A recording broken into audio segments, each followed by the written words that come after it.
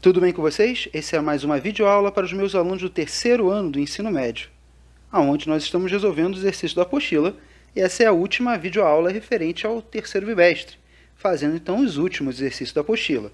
Vamos então para os exercícios 7, 8, 9 e 10. O exercício número 7 e 8 são muito parecidos, porém bastante interessantes. Eles vêm trazendo um exercício de reflexão de cordas ao bater numa parede.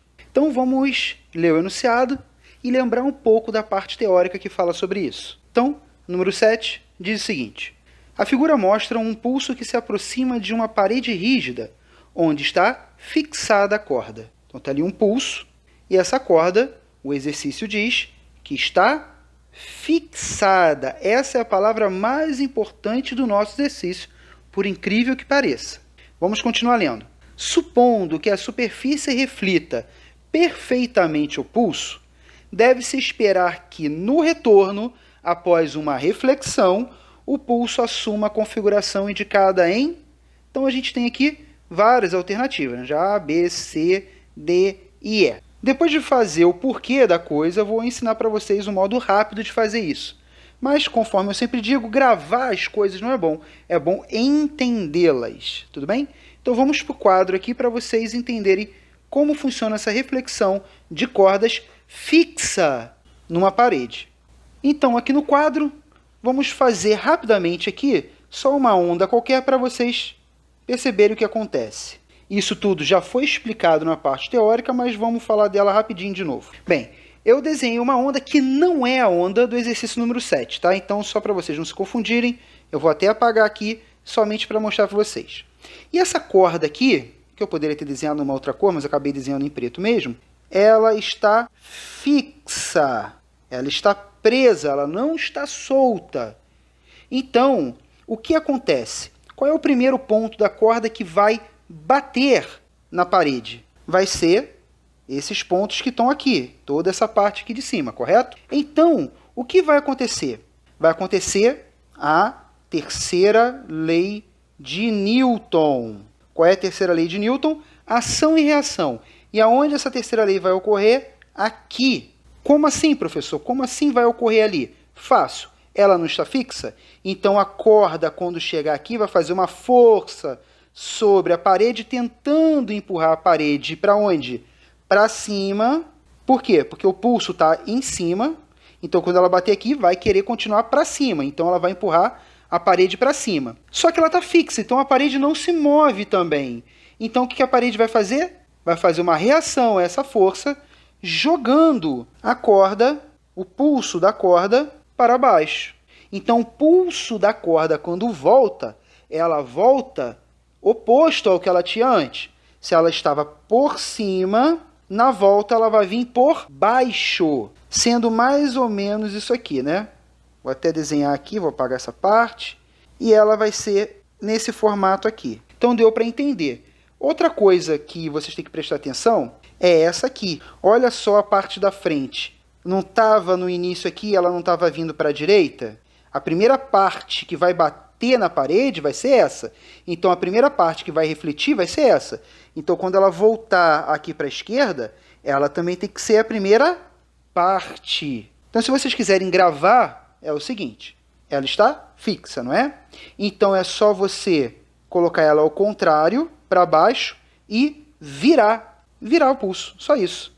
A parte da frente está aqui, a parte da frente vai ficar para cá. E ela estava toda ali em cima, então ela toda vai ficar lá embaixo. Então, com isso, já tem como a gente responder a número 7. Lembre-se que isso é para apenas fixa. Quando está solto, é diferente. Então, vamos resolver o número 7. Eu vou tentar desenhar certinho a onda que a gente viu no exercício número 7. No caso do exercício número 7, vocês podem perceber o seguinte, que ela tem tipo uma curvinha nessa parte daqui, né? E ela é reta nessa outra parte que está aqui. Então, conforme eu falei para vocês, ele disse que isso aqui está fixo. Então, vocês já sabem, esta onda será refletida ao contrário na volta. Só que qual é a parte que vai bater na parede primeiro? É essa parte daqui. Então, essa parte tem que refletir primeiro para a esquerda, já que a onda está vindo para a direita, ela vai ter que vir para baixo primeiro, tá? É só isso que vocês têm que lembrar. Então vamos desenhar aqui. Então como que vai ficar a onda? Vai ficar desse jeito que a gente desenhou aqui embaixo. Você vai jogar ela para baixo, conforme vocês podem ver aqui no desenho em azul. Ela está embaixo, né? Sofre uma inversão de fase. E você vira ela de novo. Vira para baixo e vira de novo. Só isso, se você quiser gravar quando está fixo. Tudo bem? Mas é só lembrar que esta aqui é a primeira parte. Então ela tem que continuar sendo a primeira que está vindo na onda. Tudo bem, então? Essa é a número 7. Vejam bem esses pormenores. Reveja o vídeo de novo, essa parte, se vocês não entenderam. Vê lá aquela parte teórica.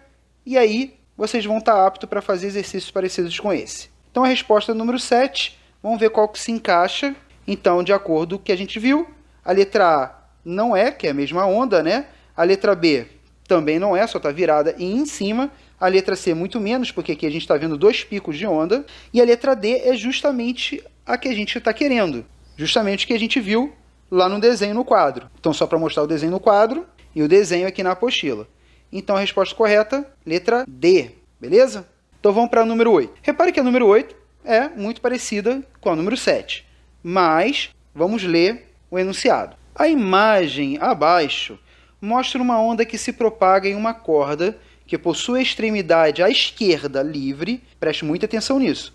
Essa parte esquerda aqui, ele diz que está livre. E a extremidade da direita, essa daqui, está fixa.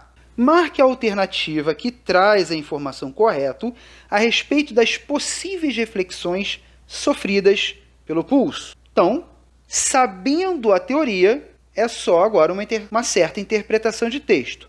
Vamos lembrar da parte teórica, então? Quando está fixa, conforme a gente pode ver na parte direita, o pulso da onda volta por baixo. Quando está livre, não tem aquela ação e reação que a gente falou, então o pulso continua por cima, ela volta por cima. Não sofre inversão de fase.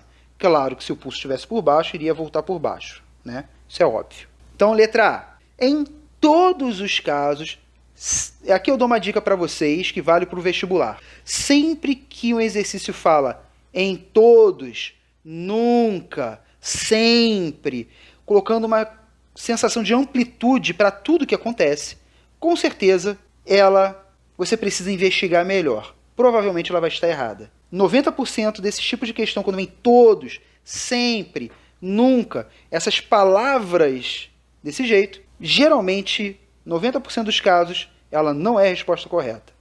Então vamos lá. Em todos os casos de reflexões, o pulso sempre manterá sua fase. Errado. Quando está livre, mantém a fase. Ou seja, se o pulso está em cima, continua em cima. Isso que é manter a fase. Quando a corda está fixa, o pulso está em cima, o pulso reflete para baixo, sofrendo então uma inversão de fase. Então, letra A está errada. Vamos para a letra B. Ao ser refletido e voltar para a extremidade fixa, o pulso voltará com a fase invertida. Bem, cuidado que essa questão aqui, essa parte, letra B, é complicada. Por quê? Repara que ele fala o seguinte. Ao ser refletido. Ao ser refletido, da onde? Né? Vamos continuar lendo. E voltar para a extremidade fixa. Ou seja, se ele está falando que ele vai voltar para a extremidade fixa, então ele não foi refletido na extremidade fixa. Ele foi refletido na extremidade livre. Então, ao ser refletido na extremidade livre e voltar para a fixa, o pulso voltará com a fase invertida. Então, na volta para a direita, que nem vocês podem ver mais ou menos aqui no retângulo que eu fiz, né? Então, ó, voltando aqui para a direita, indo para a direita, ela vai, depois de ter refletido pela parte livre, ela vai voltar com o pulso sem ser invertido. Tá? Então, a letra B está errada. O pulso voltará com a fase normal, manterá a sua fase. Letra C. Da próxima vez que o pulso voltar à extremidade livre, ou seja, se ele vai voltar para a extremidade livre, ele refletiu na extremidade fixa. Sua fase será invertida em relação àquela figura apresentada. Correto. Se ele vai retornar indo para a esquerda, porque quando ele bateu na superfície fixa, Quando ele bateu na parte que está fixo, na extremidade fixa, é porque vai sofrer uma inversão de fase. Cuidado com essas palavras que eu estou dizendo, porque embola bastante do que eu falei. Repara que, de novo, da próxima vez que o pulso voltar à extremidade livre. Então, se ele vai voltar para a extremidade livre, é porque antes ele foi refletido na extremidade fixa. E na extremidade fixa, ele sofre uma inversão de fase. Tudo bem? Então, letra C, por enquanto, é a mais correta. Vamos continuar lendo. Letra D. Da próxima vez que o pulso voltar à extremidade livre, sua fase se manterá a mesma da figura apresentada. Repare que a letra D é exatamente igual à letra C, só que aqui ele fala que mantém a fase. Então, a letra D está errada, já que a gente considerou a C como correta. Letra E. Todas as alternativas estão incorretas, estão erradas. Não é verdade, porque a gente viu que a letra C é a mais correta para a gente aqui. É a correta, na verdade, não é a mais correta. Então, número 8, letra C. Vamos para 9. Na figura, que é essa figura que a gente pode ver aqui, um raio de luz monocromático se propaga pelo meio A. Dê índice de refração 2. Ah, professor, e agora? O que é esse negócio de luz monocromática? Não importa para a gente fazer o exercício, tá? Mas só para caso de curiosidade, repare, mono quer dizer apenas um. Cromático, né, que vem de cromos, quer dizer cor, luz de uma única cor. Isso é referente aos lasers. Tá? Os lasers, eles são geralmente luzes de uma única cor, de uma frequência bem definida. Os LEDs também têm uma frequência bem definida também, então também pode ser a luz de um LED. Não aquelas luzes que a gente cobre com papel celofane, tá? Que tem uma luz branca coberta com papel celofane azul, vai ficar azul. Ela não ali está refletindo muitas outras cores também, tá? Não só o azul. Então, monocromático quer dizer apenas isso, que tem um pico na sua frequência bem definida, de uma única cor, tem uma frequência muito bem definida, geralmente os lasers e as luzes de LED. Então vamos continuar lendo. Ele diz então que se propaga aqui no meio A, conforme a gente pode ver. Vou até aumentar aqui para vocês enxergarem melhor. Então tá aqui, ó, o meio A, está vindo a luz se propagando pelo meio A, e ele diz que o índice de refração aqui no meio A vale 2. Vamos continuar lendo. Com base nessas informações, determine o índice de refração do meio B. Bem, ele dá aqui o seno de 37 graus e o seno de 53 graus. E a pergunta é, ou a afirmação que ele quer que a gente descubra, né? Devemos concluir que o índice de refração do meio B é... Então está pedindo, na verdade, para calcular o índice de refração. Então vamos lembrar como que a gente calcula o índice de refração. Então, para esse exercício, nós vamos utilizar a lei de Snell, né? Como que é a lei de Snell-Descartes? NA seno de θ I igual a NB vezes seno de θ R. Bem, vamos só lembrar o que é cada coisa. N primeiro. N é um índice de refração. Então, o índice de refração aqui primeiro do meio A. Seno de θ I. O que é isso? Ângulo incidente, tá? Então, o ângulo de incidência a gente coloca no seno. NB, índice de refração do meio B, que é justamente o que ele está perguntando. Seno de θ R é o ângulo refratado, tá? A gente pode até colocar um RF aqui, igual a gente colocou na parte teórica, somente para lembrar que é o ângulo que foi refratado. O raio refletido é o raio que volta para o mesmo meio. O raio refratado é aquele que passa pela superfície de separação entre os dois meios, conforme a gente pode ver aqui na figura. Vou aumentar aqui para vocês verem. Então, esse raio aqui está sofrendo uma refração. Por quê? Porque o raio está passando pela superfície de fronteira. E quando passa pela superfície de fronteira, sempre tem esse desvio no ângulo, tudo bem? Essa aqui, pontilhado em cinza, que a gente está vendo é a nossa linha normal. Então, primeira pergunta que a gente tem que se fazer aqui. Esse ângulo 53 é o meu ângulo de incidência? Conforme a gente viu, não é. O ângulo de incidência é quem? O ângulo de incidência é o ângulo entre o raio incidente e a normal. Seria essa parte daqui, olha, que eu coloquei ali destacado. Este ali é o ângulo de incidência. E o 37 graus é o ângulo de refração? Também não. O ângulo de refração seria entre o raio que foi refratado e a normal. Seria aquele que está ali. Tudo bem, então? Então, primeira coisa é saber disso. Outra coisa é uma curiosidade que acontece nesse exercício, né? Vamos só voltar aqui para o quadro para vocês verem. Bem, vamos lá então. O vermelho é o raio incidente. Esse aqui é a nossa linha normal. Aqui está o meio de separação para o A e para o B.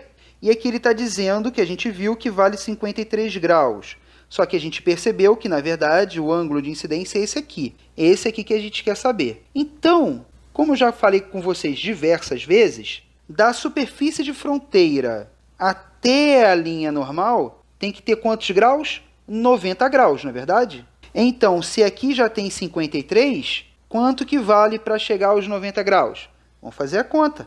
90 menos 53, aí você coloca lá, né? 7, 5 para 8, 3. Então, 37 graus. E olha só que interessante, 37 graus ele colocou do outro lado. E fez isso de propósito. Por quê? Um aluno que apenas vai colocar na fórmula de forma direta, sem perceber o que está acontecendo no enunciado, vai colocar 53 no meio A e 37 para o meio B. E vai errar a questão, quando na verdade é o contrário. Fez isso de propósito, tá? Então, o que a gente vai fazer aqui? Esse 37 graus, que não tem nada a ver com o outro 37, que é apenas uma coincidência, ele vai vir aqui. E é claro que para o outro lado também ocorre a mesma coincidência que colocou de propósito. Isso aqui é 37, é óbvio que aqui é 53 graus. Eles poderiam colocar qualquer outros ângulos, mas escolheram esse de propósito para confundir o aluno, tá?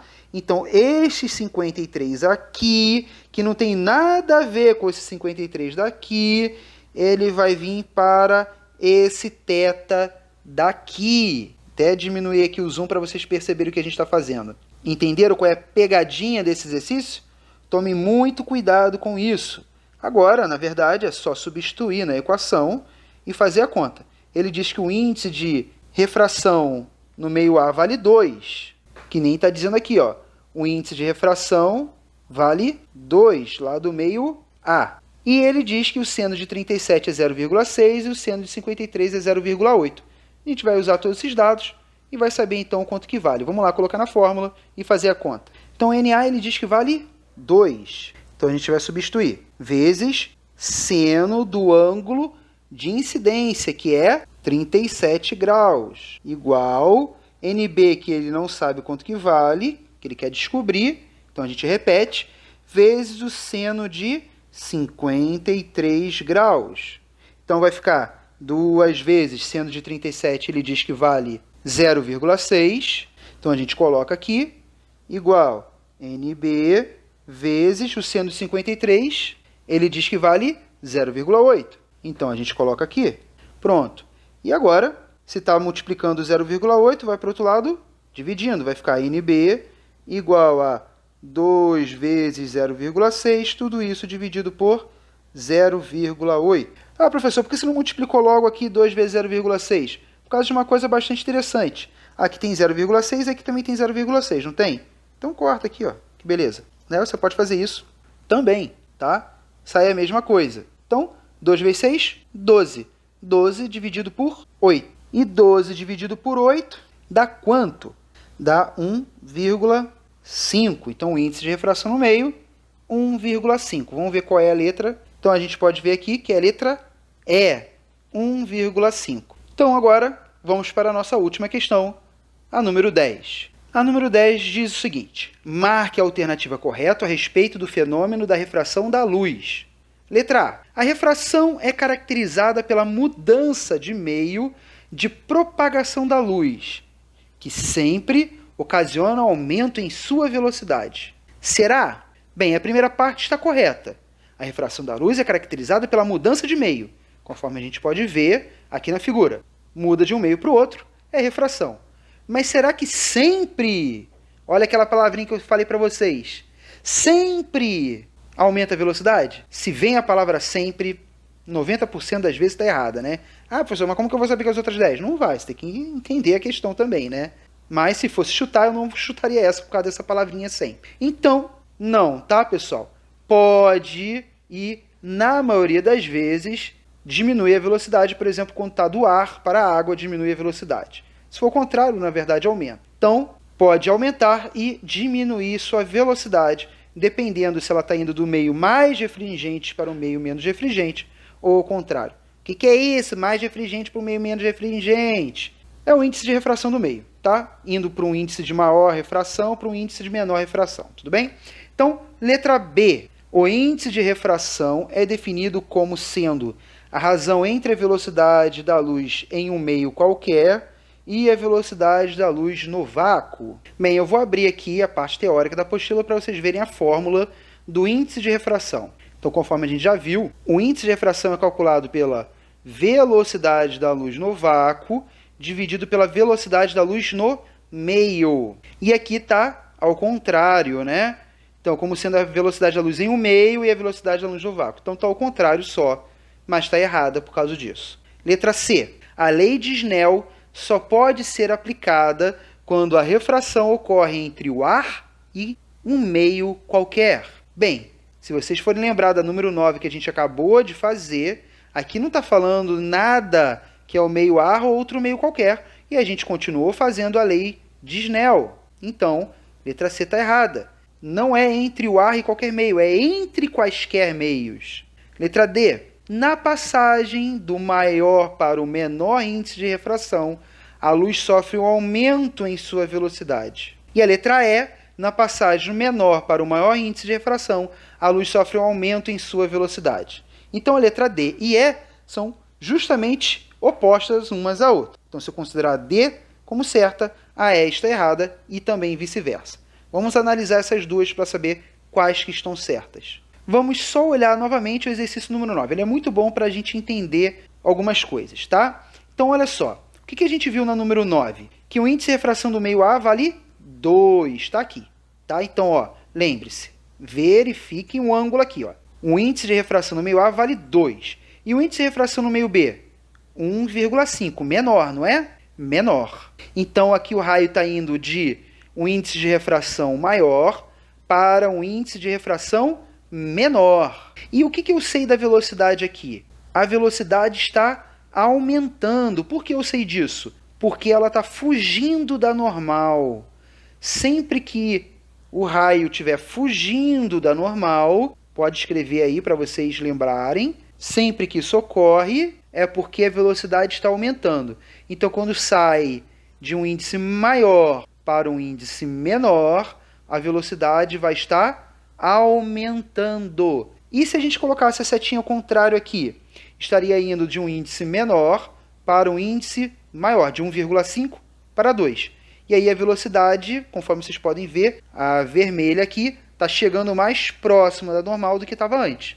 Então aí a velocidade estaria diminuindo, tudo bem? Então, quanto maior for o índice de refração, menor a velocidade. Então, letra D fala exatamente isso. Na passagem do maior para o menor índice de refração, a luz sofre um aumento em sua velocidade. Então, a resposta correta, letra D. E a gente vai terminando por aqui. Não se esqueçam, teve algum problema, não conseguiu entender direito, vejam novamente, mande mensagem para mim, que aí a gente tenta explicar para vocês melhor. Só que lembre-se de sempre fazer as anotações também. Estude, isso é muito importante para o vestibular de vocês, porque essa parte cai muito. Então, continue sempre estudando, fique em paz e até mais.